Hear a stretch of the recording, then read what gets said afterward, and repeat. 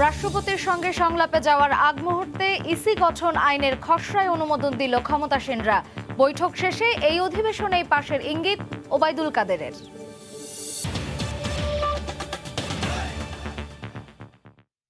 দেখছিলেন শিরোনাম, প্রবাসের সময় সঙ্গে আছি আমি মার্জিয়া শ্রেয়া। শেষ হলো নতুন নির্বাচন কমিশন গঠনের রাজনৈতিক দলগুলোর সঙ্গে রাষ্ট্রপতির সংলাপের আনুষ্ঠানিকতা। সোমবার বিকেলে আওয়ামী লীগ প্রধান শেখ হাসিনার নেতৃত্বে 10 সদস্যের প্রতিনিধি দল সংলাপে অংশ নেয়। বৈঠক শেষে দলটির সাধারণ সম্পাদক ওবায়দুল কাদের সংবাদ সম্মেলনে জানান, নির্বাচন কমিশন গঠনে সুনির্দিষ্ট আইন প্রণয়ন করে কমিশনকে শক্তিশালী করা সহ 4টি প্রস্তাব দেওয়া হয়েছে। সংসদের চলমান অধিবেশনে আইনটি পাশের সর্বাত্মক চেষ্টা করা হবে বলেও জানান ওবায়দুল কাদের। বর্তমান নির্বাচন কমিশনের মেয়াদ শেষ হবে 14 ফেব্রুয়ারি। সাংবিধানিক এই প্রতিষ্ঠানটির দায়িত্বে পরবর্তীতে কারা আসবেন সেটি চূড়ান্ত করতে চলমান রাষ্ট্রপতি সংলাপে অন্য দলগুলোর মতো যোগ দিল আওয়ামী লীগ। সোমবার বিকেল 4টার কিছু আগে আওয়ামী লীগ প্রধান শেখ হাসিনার নেতৃত্বে বঙ্গভবনে প্রবেশ করেন 10 সদস্য বিশিষ্ট প্রতিনিধি দল। বঙ্গভবনে পৌঁছালে রাষ্ট্রপতি অভ্যর্থনা জানান প্রধানমন্ত্রীকে। এরপর রাষ্ট্রপতির সঙ্গে বৈঠকের মূল পর্ব শুরু হয় আওয়ামী লীগের। এ সময় নির্বাচন কমিশন গঠনে দলের অবস্থান তুলে ধরেন নেতারা। দীর্ঘ 1 ঘণ্টার এই আলোচনায় বেশ কয়েকটি প্রস্তাবনা উত্থাপিত হয়েছে বলে জানা গেছে। বৈঠক শেষে বিকেল 5টার কিছু পরে বঙ্গভবন থেকে বেরিয়ে আসেন আওয়ামী লীগের প্রতিনিধি দলের সদস্যরা। এবারের সংলাপে মোট 32টি রাজনৈতিক দলকে বঙ্গভবনে আমন্ত্রণ জানানো হলেও এতে যোগ দেয়নি বিএনপি সহ 7টি রাজনৈতিক দল। আইন, অধ্যাদেশ নাকি সার্চ কমিটি, কোন প্রক্রিয়ায় নতুন নির্বাচন কমিশন গঠন করা হবে সেটি নিয়ে রাজনৈতিক দলগুলোর সঙ্গে রাষ্ট্রপতির যে সংলাপ বিরোধী দলের মাধ্যমে শুরু হয়েছিল সেটি শেষ হলো সরকারি দল আওয়ামী লীগের মাধ্যমে। পরে বঙ্গবন্ধু অ্যাভিনিউয়ে আওয়ামী লীগের কেন্দ্রীয় কার্যালয়ে বৈঠকের বিষয় বিস্তারিত তুলে ধরতে সংবাদ সম্মেলন করেন সাধারণ সম্পাদক ওবায়দুল কাদের। তিনি বলেন, নতুন আইন করে নির্বাচন কমিশনকে শক্তিশালী করার প্রস্তাব দেয়া হয়েছে। নির্বাচন কমিশন পুনর্গঠনে গণতন্ত্র ও নির্বাচন বাংলাদেশ আওয়ামী লীগ শিরোনামে দলের পক্ষ থেকে একটি প্রস্তাবনা উত্থাপন করে নিরপেক্ষ শক্তিশালী নির্বাচন কমিশন গঠনে সংস্কার বিষয়ক বিভিন্ন প্রস্তাব সুপারিশ উত্থাপন করা হয়।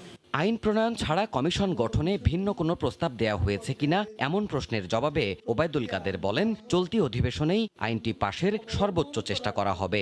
বাংলাদেশের যে কোনো আইন পাশ সংবিধানে একই প্রক্রিয়া এই ক্ষেত্রে প্রযোজ্য।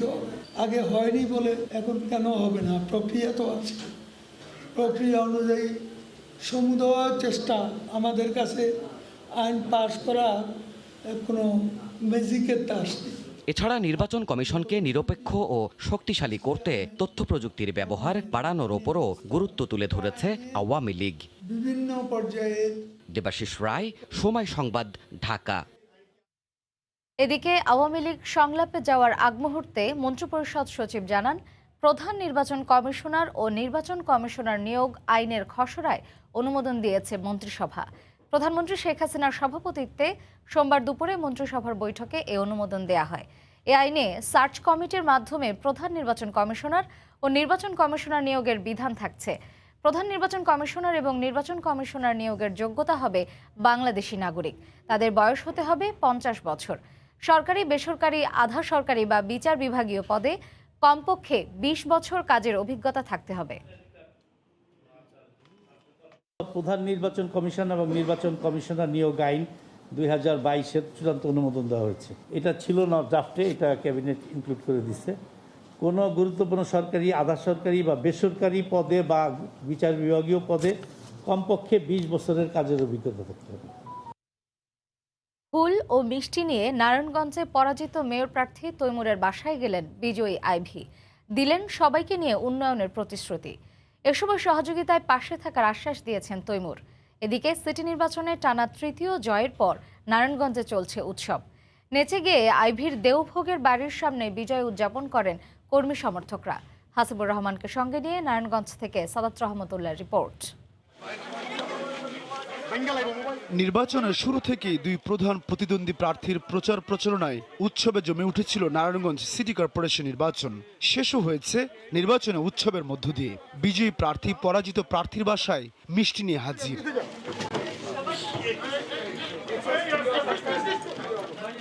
সোমবার বিকেলে নবনির্বাচিত মেয়র প্রার্থী সেলিনা হায়াৎ আইভি যান পরাজিত প্রার্থী তৈমুর আলম খন্দকারের বাসায়। দোয়া চান চাচার কাছে। চাচাও কার্পণ্য করেননি, মাথায় হাত রেখে দিয়েছেন দোয়া। পরে সংবাদ সম্মেলনে সবাইকে নিয়ে নারায়ণগঞ্জের উন্নয়নে কাজ করার প্রতিশ্রুতি দেন তিনি। আমরা তো সবাই নারায়ণগঞ্জের মানুষ, যে দল করি না কেন প্রত্যেকের সাথেই তো একটা সম্পর্ক আছে এবং সেই সম্পর্কের আলোকে নারায়ণগঞ্জবাসীর স্বার্থে, জনগণের স্বার্থে দলের ঊর্ধ্বে উঠে কাজ করাটা এটাই একটা শ্রেষ্ঠ ইবাদত। সিটির উন্নয়নে আগের মতোই মেয়রকে সহযোগিতার আশ্বাস দেন তৈমুর আলম খন্দকার। পিছনে আমি আসি এবং যেখানে যে অবস্থায় সে থাকে তার যে কোনো বিপদ আপদ, যে কোনো সুবিধা অসুবিধার ইয়ের মতো অদৃশ্য শক্তির মতো তার মাথায় আমার হাত থাকে। মেয়রের জয় হয়েছে, আমাকে আনন্দ, দেশের আনন্দ, সারা বাংলাদেশের আনন্দ। অনেক কাজ করছে, অনেক ভালো, তার জন্য আমরা নাচি। আমার আইবি ম্যাডাম পাস করছে, আমরা খুব খুশি হয়েছি। জনগণের জয়, আইবির জয়। আরো 5 বছর সময় পায়, আরো সুন্দর মতো সবকিছু সমাধান হইব, এটা আমরা আশা করি। আর সাদাত রহমতুল্লাহ, সময় সংবাদ, নারায়ণগঞ্জ। এখন থেকে 50 বছরের বেশি বয়সীরা করোনার বুস্টার ডোজ পাবেন বলে জানিয়েছেন স্বাস্থ্যমন্ত্রী জাহিদ মালেক। সোমবার দুপুরে সচিবালয়ে তিনি জানান, মাস্ক পরার পাশাপাশি সরকারি বিধিনিষেধ না মানলে পরিস্থিতি ভয়াবহ হতে পারে। এদিকে নির্দেশনা বাস্তবায়নের 2-1 দিনের মধ্যেই আইনশৃঙ্খলা বাহিনী মাঠ পর্যায়ে অভিযানে নামবে বলে জানিয়েছেন মন্ত্রিপরিষদ সচিব খন্দকার আনোয়ারুল ইসলাম। করোনা সংক্রমণের হার প্রতিদিন লাফিয়ে বাড়ছে। গত কয়েকদিনের ব্যবধানে আক্রান্তের সংখ্যা 5000 ছাড়িয়েছে।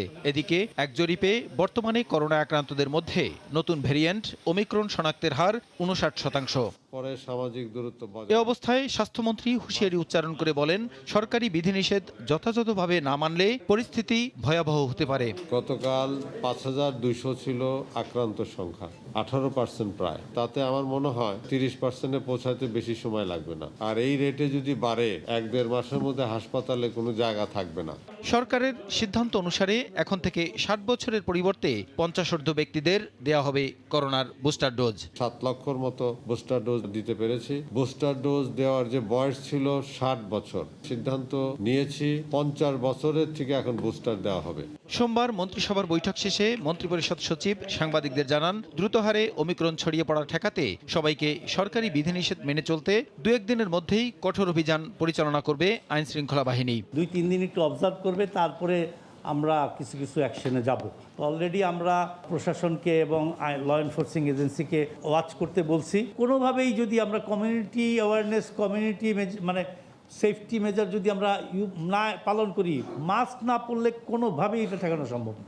এখনই সচেতন না হলে পরিস্থিতি নিয়ন্ত্রণ সহজ হবে না বলেও আশঙ্কার কথা জানান তিনি।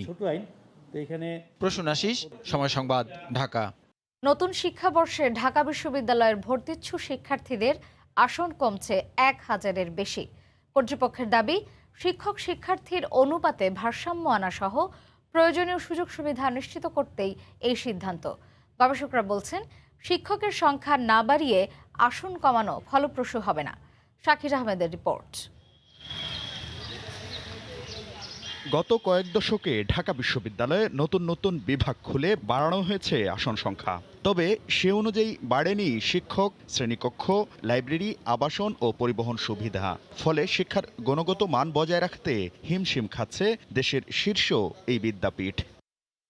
এ অবস্থায় শিক্ষার মান নিশ্চিতে 44টি বিভাগে কমছে আসন, আর বাড়ছে 15টি বিভাগে। অপরিবর্তিত থাকছে 26টি বিভাগের আসন।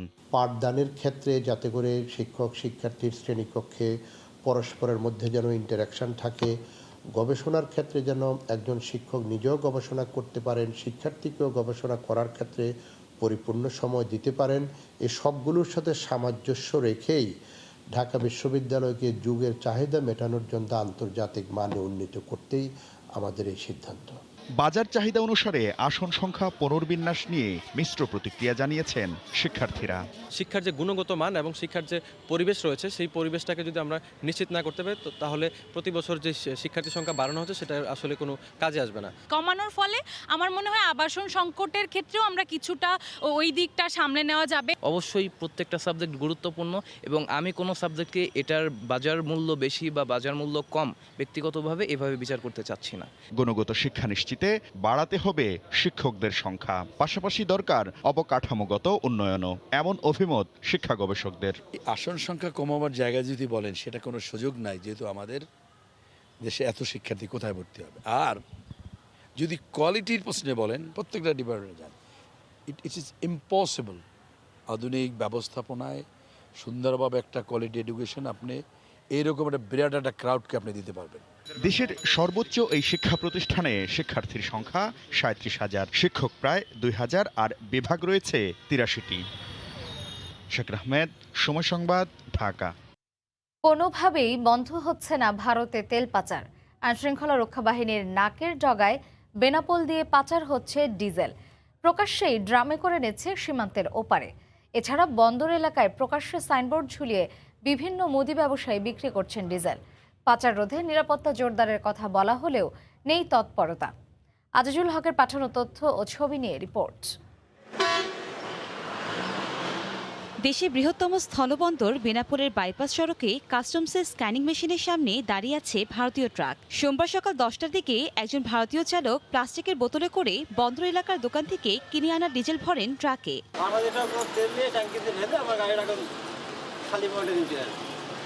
আপনি তেল নেওয়ার সময় কেউ আপনাকে নিষেধ করেনি?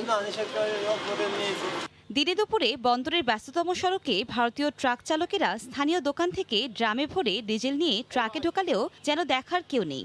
এছাড়া বন্দর এলাকায় প্রকাশ্যে সাইনবোর্ড ঝুলিয়ে অনেক ব্যবসায়ী বিক্রি করছেন ডিজেল। বন্দরের আশেপাশে অনেক নিরাপত্তা কর্মী থাকলেও দেখেও যেন কিছুই দেখেন না তারা।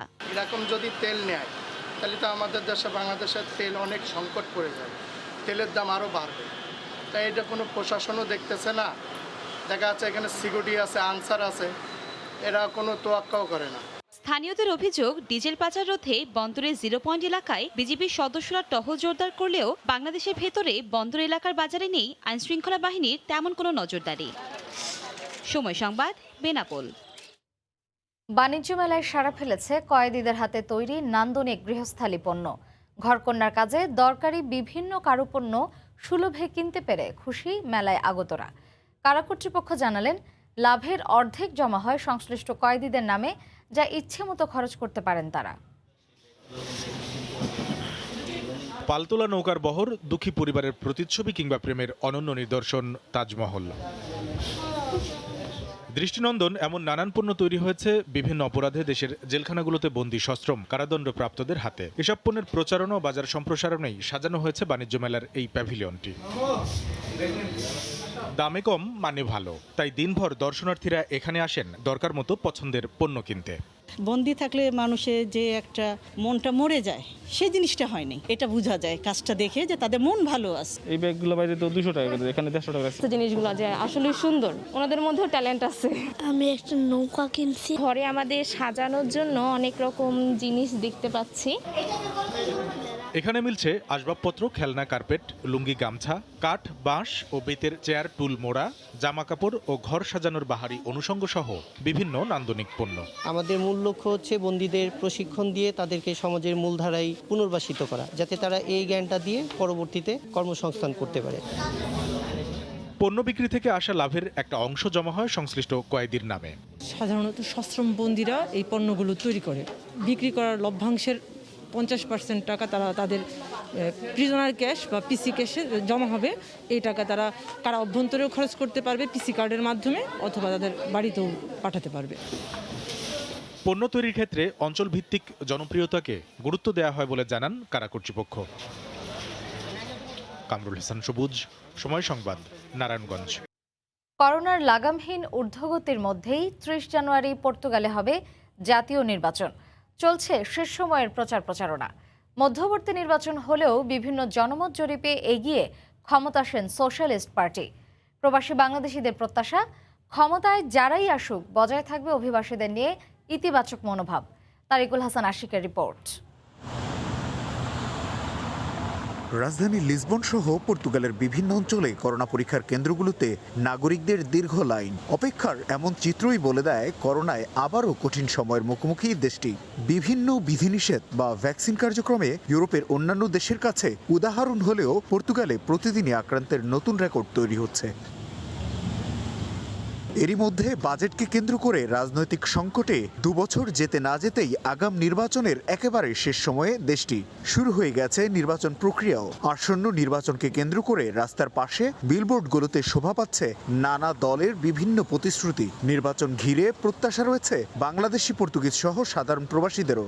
আমি চাই যে যারা সামনে আসবে তারাও যাতে যারা অধিবাসী আছে বিভিন্ন দেশে আছে তাদেরকে সুবিধা হোক, এই প্রত্যাশা করি। প্রবাসী যারা আছে তাদেরকে অনেক সুযোগ সুবিধা দিয়ে রাখছে এবং এই সুযোগ সুবিধা অব্যাহত থাকবে বলে আমার বিশ্বাস। বিভিন্ন সংস্থার চালানো জরিপে 38% জনসমর্থন নিয়ে শীর্ষে রয়েছে ক্ষমতাসীন সোশ্যালিস্ট পার্টি পিএস। 32% সমর্থন নিয়ে সোশ্যাল ডেমোক্রেট পিএসডি রয়েছে দ্বিতীয় অবস্থানে। একক সংখ্যাগরিষ্ঠতার সম্ভাবনা না থাকায় পুনরায় কোয়ালিশন সরকারই গঠিত হতে যাচ্ছে বলে মত বিশ্লেষকদের। নতুন যে দল বা সরকারি ক্ষমতায় আসুক না কেন, সে সরকার হবে অভিবাসী বান্ধব, এমনটাই প্রত্যাশা এখানে বসবাসরত প্রবাসী বাংলাদেশি সহ সকল অভিবাসীদের। তারিকুল হাসান আশিক, সময় সংবাদ, লিসবন, পর্তুগাল। আবারও করোনার প্রসঙ্গ। করোনা সংক্রমণ বাড়ায় ফের উৎকণ্ঠায় সংযুক্ত আরব আমিরাত প্রবাসী বাংলাদেশিরা। এতে আবারও ব্যবসা বাণিজ্যে মন্দা নামার আশঙ্কা করছেন তারা। এ অবস্থায় সবাইকে স্বাস্থ্যবিধি মানার তাগিদ দিয়েছেন প্রবাসীরা। শিবলি আল সাদিকের রিপোর্ট। সংযুক্ত আরব আমিরাতে আবারও বেড়েছে করোনার প্রকোপ। ওমিক্রন সচেতনতা তৈরিতে নানা উদ্যোগ নিয়েছে দেশটির সরকার। জনসাধারণের মধ্যে এখনো স্বস্তি থাকলেও আবারও ব্যবসা বাণিজ্যে বিপর্যয়ের আশঙ্কায় প্রবাসী বাংলাদেশিরা।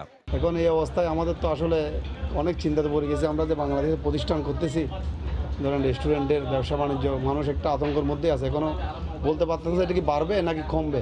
লিমিটেড যে রেস্ট্রিকশনগুলো আসবে রেস্টুরেন্টের উপর এবং ইভেনচুয়ালি কিন্তু আমার ডিমান্ড সাপ্লাইতে কিন্তু এটা ইম্প্যাক্ট করবে।